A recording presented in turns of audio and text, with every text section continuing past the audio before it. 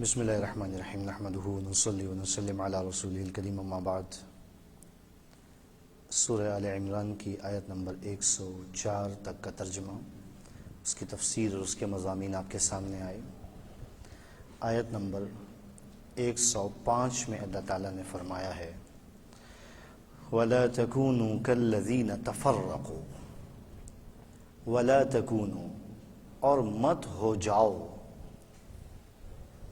کالذین، ان لوگوں کی طرح، تفرقوا، جنہوں نے تفرقہ کیا،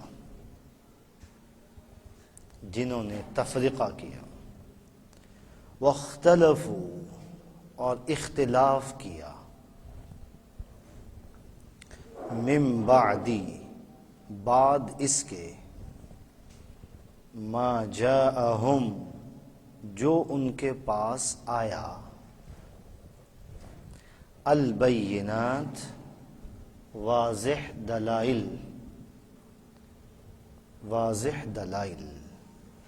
وَأُولَئِكَ، اور یہی لوگ، لہم، ان کے لیے، عذاب عظیم، بڑا عذاب ہے۔ وَلَا تَكُونُوا كَالَّذِينَ تَفَرَّقُوا وَاخْتَلَفُوا مِن بَعْدِ مَا جَاءَهُمُ الْبَيِّنَاتُ، اور تم ان لوگوں کی طرح نہ ہو جانا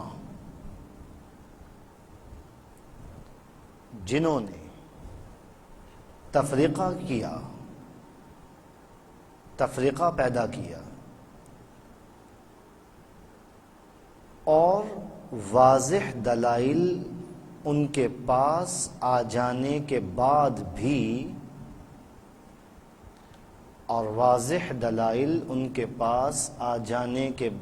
بھی انہوں نے اختلاف کیا۔ وَأُولَئِكَ لَهُمْ عَذَابٌ عَظِيمٌ،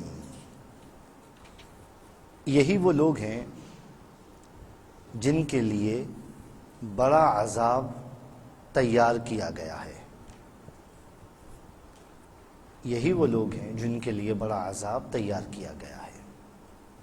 یوم تبیض وجوہ وتسود وجوہ، یوم، جس دن، تبیض، سفید ہوں گے، وجوہ، بہت سے چہرے، وتسود، اور سیاہ ہوں گے، وجوہ، بہت سے چہرے۔ فَأَمَّا الَّذِينَ، فَأَمَّا، پھر باقی رہے، الَّذِينَ، وہ لوگ، اسودت، سیاہ ہو گئے، وجوہہم، ان کے چہرے، اکفرتم، کیا تم نے کفر کیا، بعد ایمانکم،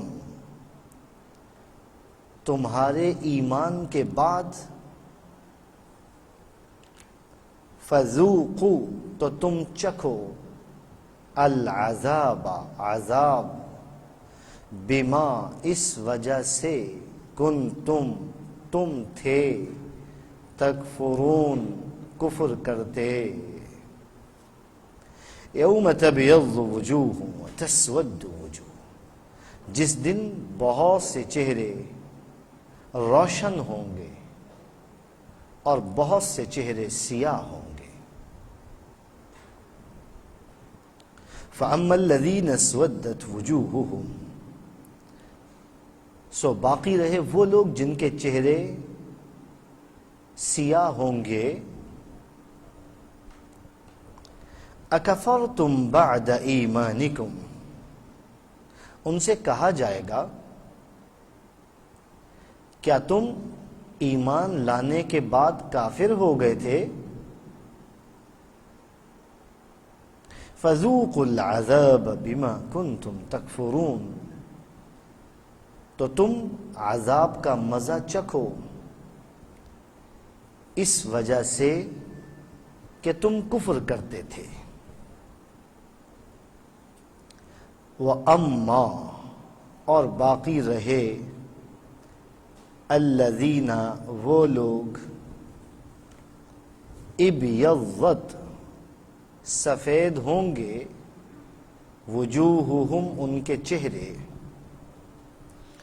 ففی رحمت اللہ تو وہ اللہ کی رحمت میں ہوں گے ہم فیہا خالدون ہم فیہا وہ اس میں خالدون ہمیشہ رہیں گے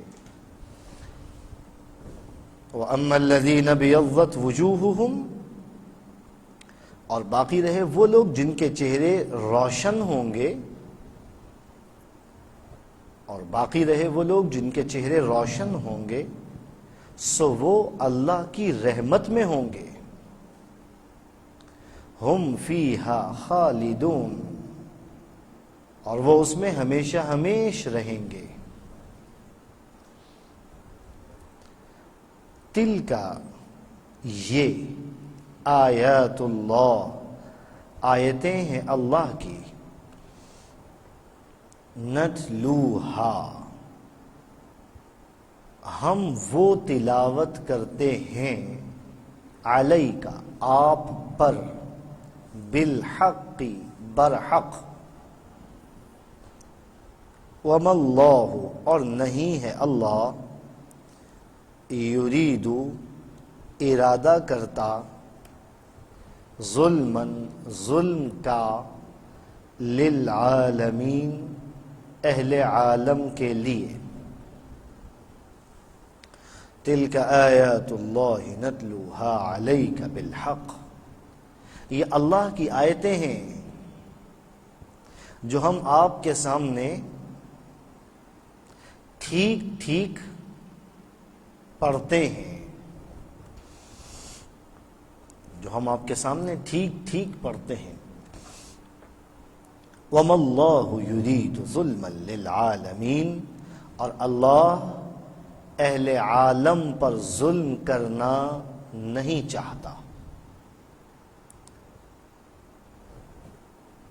اس رکوع کی آخری آیت کا ترجمہ بھی دیکھ لیجئے وَلِلَّهِ اور اللہ کے لیے ہے ما وہ فی السماوات جو آسمانوں میں وما فی الارض اور جو زمین میں ہے وَإِلَى اللَّهِ اور اللہ کی طرف ترجعو لوٹائے جاتے ہیں الامور تمام معاملات وَلِلَّهِ مَا فِي السَّمَاوَاتِ وَمَا فِي الْأَرْضِ آسمانوں اور زمین میں جو کچھ ہے سب اللہ کا ہے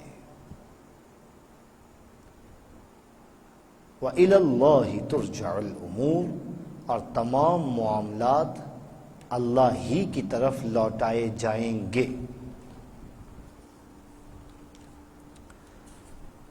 ان آیات مبارکہ میں سے پہلی آیت میں اللہ تعالیٰ نے مسلمانوں کو ان لوگوں کا حوالہ دیا ہے جن کے پاس اس سے پہلے زمانوں میں واضح دلائل اور ہدایت کا پیغام پہنچ چکا تھا لیکن اس کے باوجود انہوں نے آپس میں تفرقہ اور اختلاف کا راستہ اختیار کیا ہدایت کے راستے کو ترک کیا اللہ نے فرمایا تم ان کی طرح نہ ہو جانا یعنی کچھ لوگ ایسے ہیں جو اس سے پہلے بھی اس طرح کی حرکات اختیار کر چکے ہیں اور ان لوگوں کے ساتھ ہمارا کیا معاملہ رہا وہ بھی لوگوں کو معلوم ہے انہیں ہم نے بڑی سزا سے دوچار کیا جو کام وہ کر کے گئے ہیں تم وہ کام نہ کرنا تمہارے پاس بھی واضح دلائل آ چکے ہیں قرآن کی روشنی میں نبی علیہ السلام کے فرمان کی صورت میں صحابہ کرام کے اقوال کی شکل میں تو تم آپس میں اختلافات اور گروہ بندی میں مبتلا مت ہونا اس گروہ بندی اور آپس کے اختلافات کے اوپر میں تفصیل سے اسی سورت کی آیت نمبر 103 میں ذکر کر چکا ہوں، اور نہایت وضاحت کے ساتھ یہ بات آ چکی ہے کہ امت اس وقت جن فرقوں اور گروہوں میں تقسیم ہے، ان میں سے کون سا فرقہ نجات پانے والا ہے اور وہ کون سے فرقے ہیں جو جہنم کا راستہ دکھانے والے ہیں۔ یہ بات بھی تفصیل کے ساتھ بیان ہو چکی ہے کہ فقہا کے درمیان جو اختلاف ہے، ایک فقیہ ایک مسئلے میں ایک رائے قائم کرتے ہیں، اسی مسئلے میں دوسرے فقیہ کی دوسری رائے ہمارے سامنے آتی ہے۔ اس سلسلے میں ہمارے ذہنوں میں جو سوالات پائے جاتے ہیں، اس پر بھی تفصیل سے میں کلام کر چکا ہوں۔ اس لیے اب تو یہاں پر اس پہلو کو دیکھنا چاہیے کہ اللہ تعالیٰ نے ان لوگوں کے لیے سزا کیا بیان فرمائی ہے۔ پہلے لوگوں نے بھی گروہ بندیاں کی، آپس میں تفرقہ بازی کی، فرقہ واریت اختیار کی، اور واضح دلائل موجود ہونے کے باوجود اختلاف کے راستے پر چل پڑے۔ اللہ تعالیٰ نے ان کے لیے بڑا عذاب تیار کر رکھا ہے۔ اس عذاب کا آگے اللہ تعالیٰ نے تفصیل کے ساتھ ذکر فرمایا ہے۔ وہ عذاب آئے گا کس دن؟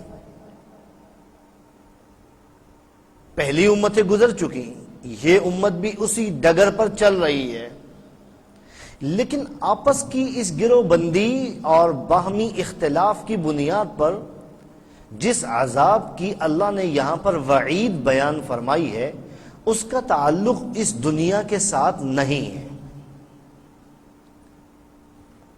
اللہ نے جو اگلی آیت میں فرمایا ہے، اس کو پڑھ کر ہم یہ سمجھ سکتے ہیں کہ یہ عذاب اس دن پیش آئے گا جب اللہ تعالیٰ انسانوں کو مختلف گروہوں میں تقسیم فرمائے گا۔ یہ وہ لوگ ہیں جن کے چہرے روشن، سفید اور چمکدار نورانی، یہ وہ لوگ جن کے چہرے کالے، سیاہ اور ذلت کی اندھیری ان پر چھائی ہوئی۔ تب پتہ چلے گا کہ جن لوگوں نے آپس میں فرقہ پرستیاں کی اور واضح دلائل موجود ہونے کے باوجود اختلاف کے راستے پر چلے، ان کا انجام کیا ہے، اور جو لوگ قرآن و سنت کی سیدھی صاف ستھری سڑک پر نبی علیہ السلام کے اعتماد پر چلتے رہے، اللہ نے ان کو کیا مقام اور مرتبہ عطا فرمایا۔ اس دن کھل جائے گا سب کچھ۔ وہ دن حق کو حق اور باطل کو باطل کر کے دکھا دے گا۔ آج دنیا میں ہر شخص اپنی رائے کو صحیح سمجھتا ہے اور دوسرے آدمی کی رائے کو بالکل غلط سمجھتا ہے۔ کوئی آدمی اپنی رائے پر نظر ثانی کرنے کے لیے تیار نہیں ہے اور دوسرے کی رائے کو سمجھنے کے لیے متوجہ ہونے کے لیے تیار نہیں ہے۔ اس کا نتیجہ یہ ہوتا ہے کہ انسان کو حق نظر نہیں آتا، باطل نظر نہیں آتا۔ انسان اکثر اوقات باطل کو حق سمجھ رہا ہوتا ہے اور حق کو باطل سمجھ رہا ہوتا ہے۔ سوچ بڑی محدود ہے۔ اپنی رائے، اپنا خیال، اپنا نظریہ ہر انسان کو سچا، صحیح اور صاف معلوم ہوتا ہے، اور دوسرے آدمی کی رائے بالکل 100% غلط معلوم ہوتی ہے۔ میں نے آپ سے پہلے عرض کیا تھا کہ رائے کے درمیان اختلاف ہونا یہ برا نہیں ہے، لیکن اس اختلاف کو مخالفت کا ذریعہ بنا لینا برا ہے۔ اور اختلاف آدمی اس مسئلے میں کرے جس میں کوئی واضح دلیل موجود نہیں ہے، بات سمجھ میں آ جاتی ہے۔ قرآن و سنت میں اس کا کوئی واضح حکم موجود نہیں ہے۔ آپ نے اپنی رائے قائم کر لی، میں نے اپنی رائے قائم کر لی۔ کیوں؟ قرآن و سنت میں اس کا واضح حکم موجود نہیں ہے۔ ہم نے دلائل میں غور و فکر کیا، ہمیں کوئی قرآن و سنت میں واضح دلیل مل نہیں سکی، لہٰذا ہم نے اس سے ملتے جلتے مسئلے پر اسے قیاس کر کے اس کا حکم معلوم کرنے کی کوشش کی۔ نتیجہ یہ ممکن ہے کہ مجھ سے غلطی ہو جائے، آپ سے غلطی ہو جائے، لیکن اختلاف کرتے ہیں ان چیزوں میں جن میں واضح دلائل قرآن و سنت کے موجود ہیں، اس کے باوجود اپنی رائے پر ڈٹ جاتے ہیں، اپنی رائے کی غلطی کو تسلیم کرنے کے لیے تیار نہیں ہوتے۔ دیکھیں، اگر کوئی آدمی یہ کہنا کہ صاحب قرآن کریم میں سے یہ مسئلہ بتائیں، ہوائی جہاز میں نماز پڑھنے کا کیا حکم ہے، تو قرآن و سنت میں واضح الفاظ میں آپ کو اس مسئلے کا حکم نہیں ملے گا، کیونکہ ہوائی جہاز یہ نبی علیہ السلام کے دور باسعادت میں تو موجود نہیں تھا، یہ تو اب کی ایجاد ہے۔ اب ایک آدمی ہم سے یہ تقاضا کرے کہ مولانا قرآن و سنت میں واضح طور پر یہ مسئلہ لکھا ہوا دکھائیں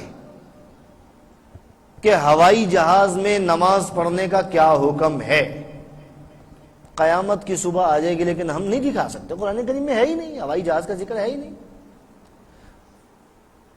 اس مسئلے کا حکم نہیں بیان کیا گیا، احادیث میں نبی اسلام نے اس مسئلے کا حکم نہیں بیان فرمایا، لیکن ہم نے قرآن کریم اور نبی علیہ السلام کی احادیث کو سامنے رکھ کر ان کے مزاج اور منشا کو سمجھتے ہوئے ہم نے اس مسئلے کا حکم معلوم کرنے کے لیے کوشش کی، اجتہاد کیا، قیاس کیا۔ آپ نے ایک رائے قائم کر لی، میں نے دوسری رائے قائم کر لی، یہ ممکن ہے اس لیے کہ اس میں واضح دلیل ہمارے سامنے موجود نہیں ہے، لیکن جس چیز میں واضح دلیل موجود ہے، اگر اس واضح دلیل کے باوجود کوئی اختلاف کرتا ہے تو پھر یہ وہ اختلاف ہے جس کو اللہ اس کے رسول صلی اللہ علیہ وسلم نے ہمیشہ ناپسندیدگی کی نگاہ سے دیکھا۔ قرآن کہتا ہے اقیم الصلاۃ، نماز قائم کرو۔ ایک صاحب کہتے ہیں کہ صاحب نماز قائم کرنے کا اللہ نے قرآن میں حکم دیا ہے، اور لغت میں ڈکشنری میں لفظ صلاۃ عربی زبان میں جو آتا ہے نماز کے معنی میں، لفظ صلاۃ کا لغت میں ڈکشنری میں معنی ہے اپنے جسم کو حرکت دینا، ایکسرسائز کرنا۔ لہٰذا اگر آپ دن بھر میں ایکسرسائز کر لیں، ورزش کر لیں، آپ کی صلاۃ ہو گئی، آپ کی نماز ہو گئی۔ ہم اس کی خدمت میں عرض کریں گے کہ بھائی جان، قرآن کریم میں یہ ٹھیک ہے نماز پڑھنے کا طریقہ نہیں بتایا، قرآن نے یہ نہیں بتایا کہ نماز پڑھنے کے لیے کھڑے ہو تو پہلے جو ہے وہ تکبیر تحریمہ کہو، ہاتھ باندھو، کانوں تک ہاتھ اٹھاؤ، پھر اس کے بعد جب ہاتھ باندھو سینے پہ ہاتھ باندھو، یا ناف کے اوپر ہاتھ باندھو، یا ناف کے نیچے ہاتھ باندھو۔ قرآن نے کہیں تفصیل ذکر نہیں کی۔ رکوع کس طرح سے کرنا ہے، سجدہ کس طرح سے کرنا ہے، اتحیات میں کس طرح سے بیٹھنا ہے، اتحیات میں کیا پڑھنا ہے، قرآن نے ذکر نہیں کیا۔ نماز کی شرائط کیا ہیں، ارکان کیا ہیں، فرائض کیا ہیں، واجبات کیا ہیں، سنتیں کیا ہیں، مستحبات کیا ہیں، آداب کیا ہیں، قرآن نے بیان نہیں کیا۔ لیکن جب نبی علیہ السلام کی احادیث کو ہم پڑھتے ہیں تو نبی علیہ السلام کی نماز کی ایک ایک کیفیت، ایک ایک ادا، ایک ایک رکن اور اس کے ادائیگی کا طریقہ ہمارے سامنے کھلی کتاب کی طرح موجود ہے۔ اب ہم نبی علیہ السلام کی احادیث کی روشنی میں اپنی نماز کا طریقہ متعین کرتے ہیں۔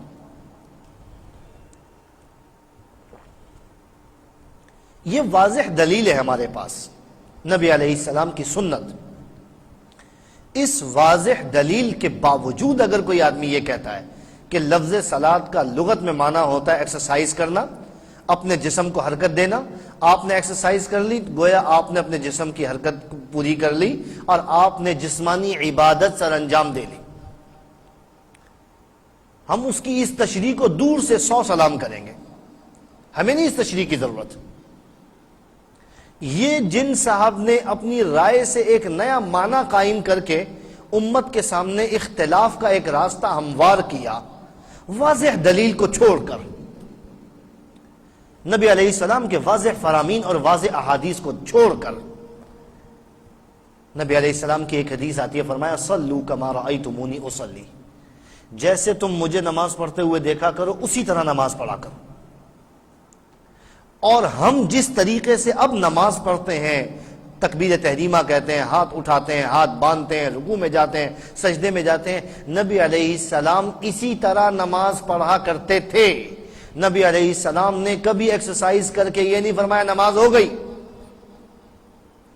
اب اگر کوئی آدمی اپنے پاس سے یہ نظریہ قائم کر کے امت سے کٹ کر ایک نیا راستہ قائم اختیار کرتا ہے، اس نے اختلاف کیا واضح دلیل آنے کے بعد۔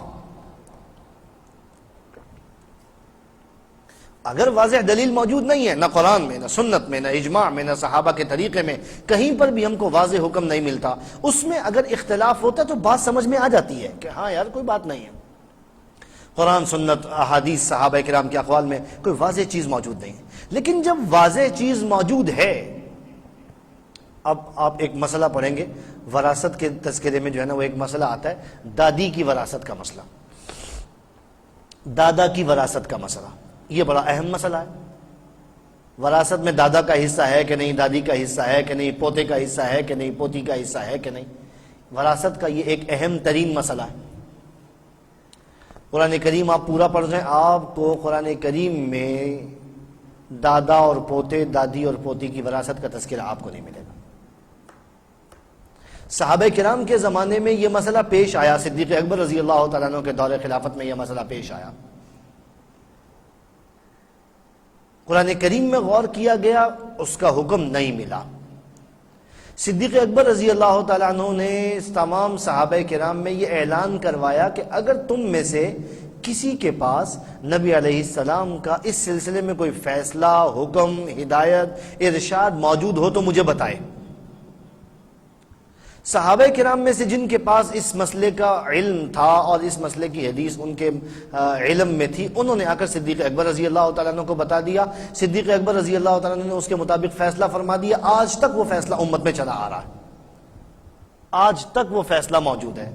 چھٹا حصہ وراثت کے اندر، چھٹا حصہ، کچھ صورتیں ہیں، تفصیلات اپنی جگہ پر آئیں گی۔ میں یہ ذکر کرنا چاہتا ہوں، واضح دلیل جب مل گئی تب صدیق اکبر رضی اللہ تعالیٰ عنہ نے اس کو قبول فرما لیا، اور اس میں پھر کسی نے اختلاف نہیں کیا۔ اس لیے ہر اختلاف قابل مذمت نہیں ہے، وہ اختلاف جو واضح دلائل موجود ہونے کے باوجود ہو۔ اب آپ مجھے بتائیں، وہ لوگ جنہوں نے امت کی وحدت کو تقسیم کیا، ٹکڑے ٹکڑے کیا اور امت کو مختلف گروہوں میں بانٹ دیا، وہ لوگ جنہوں نے قرآن و سنت کے واضح دلائل موجود ہونے کے باوجود امت کے اندر اختلاف کی راہ کو ہموار کیا، کیا یہ لوگ سزا کے مستحق نہیں ہیں؟ کیا ان لوگوں کو اللہ کی طرف سے پکڑ کا سامنا نہیں کرنا چاہیے؟ جن لوگوں نے امت کی وحدت کو پارا پارا کیا اور جن لوگوں نے امت کے اندر اختلافات کو ہوا دے کر ایک دوسرے کے سامنے لا کر کھڑا کیا، میں سمجھتا ہوں امت کے سب سے بڑے مجرم یہ لوگ ہیں۔ اور یہ جو فرمائے نا وَأُولَئِكَ لَهُمْ عَذَابٌ عَظِيمٌ، ان کے لیے بڑا عذاب ہے، تو یہ واقعتاً اس عذاب کے مستحق ہے۔ امت میں جوڑ پیدا کرنے کے بجائے توڑ پیدا کیا، امت میں اتفاق پیدا کرنے کے بجائے اختلاف کو ہوا دی، یہ اسی سزا کے مستحق ہے۔ اور یہ جو فرمایا کہ اس دن عذاب دیا جائے گا جس دن بہت سے چہرے روشن ہوں گے اور بہت سے چہرے سیاہ ہوں گے۔ جو روشن چہرے والے ہوں گے وہ اللہ تعالیٰ کی رحمت میں ہوں گے، جو سیاہ چہرے والے ہوں گے جن کے اوپر پھٹکار برس رہی ہوگی، جن کے چہروں پر ذلت اور رسوائی کی اندھیریاں چھا رہی ہوں گی، یہ وہ لوگ ہوں گے جنہوں نے امت کی وحدت کو تقسیم کیا، جنہوں نے امت کے اندر اختلاف کو ہموار کیا۔ دو طرح کے لوگ ہو جائیں گے قیامت کے دن، ایک وہ جو اللہ کی رحمت کے مورد بنیں گے اور ایک وہ جو اللہ کے غضب کا مرکز بنیں گے۔ جو لوگ اللہ کی رحمت کا مرکز اور مورد بنیں گے ان کے چہرے روشن ہوں گے، کھلتے ہوئے ہوں گے، نورانی ہوں گے۔ یہ قرآن کریم کے اندر مختلف تعبیرات آئی ہیں، کہیں فرمایا بہت سے چہرے اس دن تر و تازہ ہوں گے، بہت سے چہرے اس دن روشن ہوں گے، بہت سے چہرے اس دن ہنستے مسکراتے ہوں گے، ایک تعبیر یہ ہے۔ اور بہت سارے لوگوں کے متعلق یہ بھی فرمایا کہ کتنے لوگ ایسے ہوں گے جن کے چہروں پر غبار چھایا ہوگا، کتنے لوگوں کے چہروں کے اوپر ذلت چھا رہی ہوگی، کتنے لوگوں کے چہروں کے اوپر رات کی تاریکی کی طرح ٹکڑے مسلط ہوں گے، کالے سیاہ چہرے ہو رہے ہوں گے. جیسے کوئی آدمی مجرم ہو نا، جرم کرے، اس کا جرم ثابت ہو جائے اور اس کو جیل کی کال کوٹری میں بند کر دیا جائے اور وہ واقعی مجرم ہو، اس کے چہرے کی نحوست اور پھٹکار بتا دیتی ہے کہ واقعی آدمی مجرم ہے. اس کے چہرے کی پھٹکار بتا دیتی ہے. اور اگر ایک آدمی مطمئن ہو، نیک آدمی ہو، متقی اور پرہیزگار آدمی ہو، اس نے کوئی جرم نہ کیا ہو، اس کے چہرے کا اطمینان بتا دیتا ہے کہ یہ مجرم نہیں ہے. آپ چہرہ دیکھ کر فیصلہ کر سکتے ہیں کہ یہ آدمی مجرم ہے یا نہیں. جس آدمی کے چہرے کے اوپر آپ کو اطمینان نظر آتا ہے، آپ سمجھ جاتے ہیں کہ یار اگر یہ مجرم ہوتا، اس نے جرم کیا ہوتا تو یہ اتنا مطمئن نہ ہوتا. اور جس آدمی نے جرم کیا ہوتا ہے اس کو فکر پڑی بھی ہوتی ہے، ہائے پتہ نہیں کیا ہو جائے گا، پتہ نہیں کیا ہو جائے گا، اس کو فکر پڑی بھی ہوتی ہے.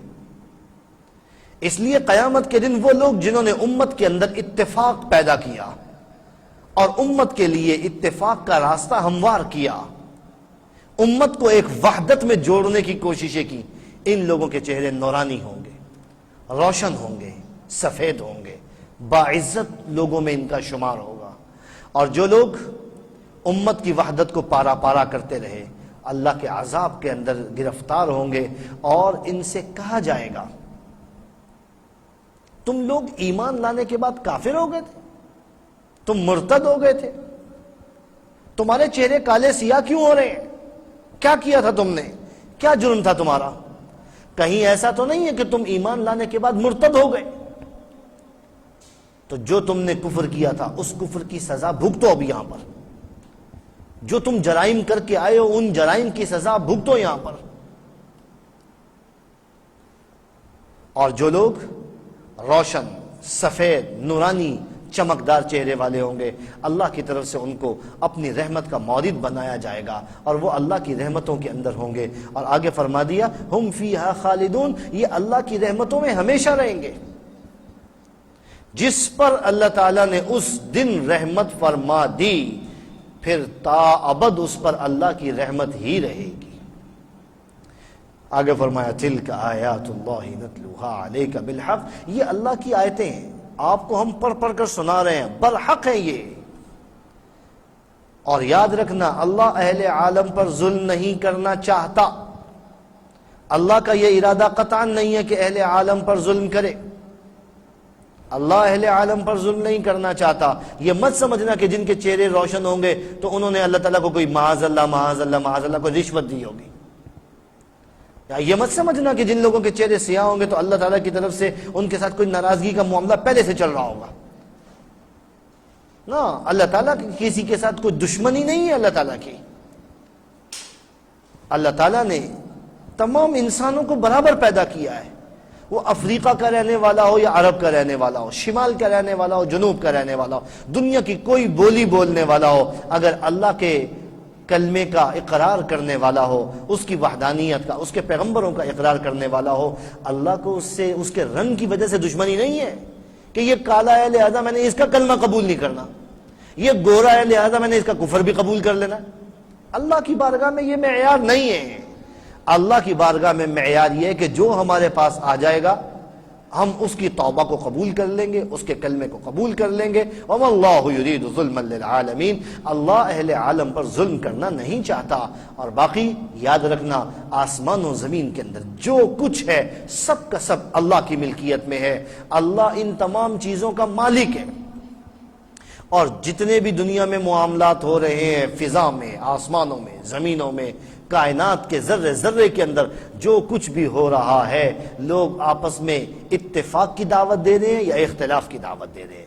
لوگ امت کو جوڑنے کا کام کر رہے ہیں یا امت کو توڑنے کی سازشوں میں مصروف ہیں؟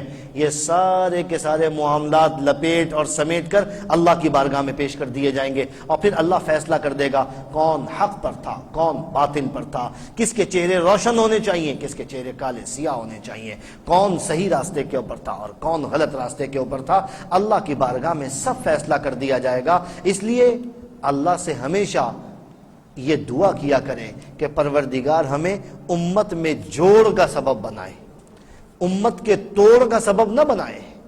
اللہ امت میں اتفاق کے لیے ہماری خدمات کو قبول کر لے اور کوئی کام ہم سے ایسا سرزد نہ ہونے پائے کہ امت جس چیز پر ہمیشہ متفق چلی آ رہی تھی ہم اس میں کوئی اختلافی رائے قائم کر کے امت کے اندر اختلاف کے راستے کو ہموار کریں۔ اللہ ہم سے کوئی ایسا کام نہ لے لے جس کی وجہ سے ہم امت میں اختلاف کا ذریعہ بن جائیں۔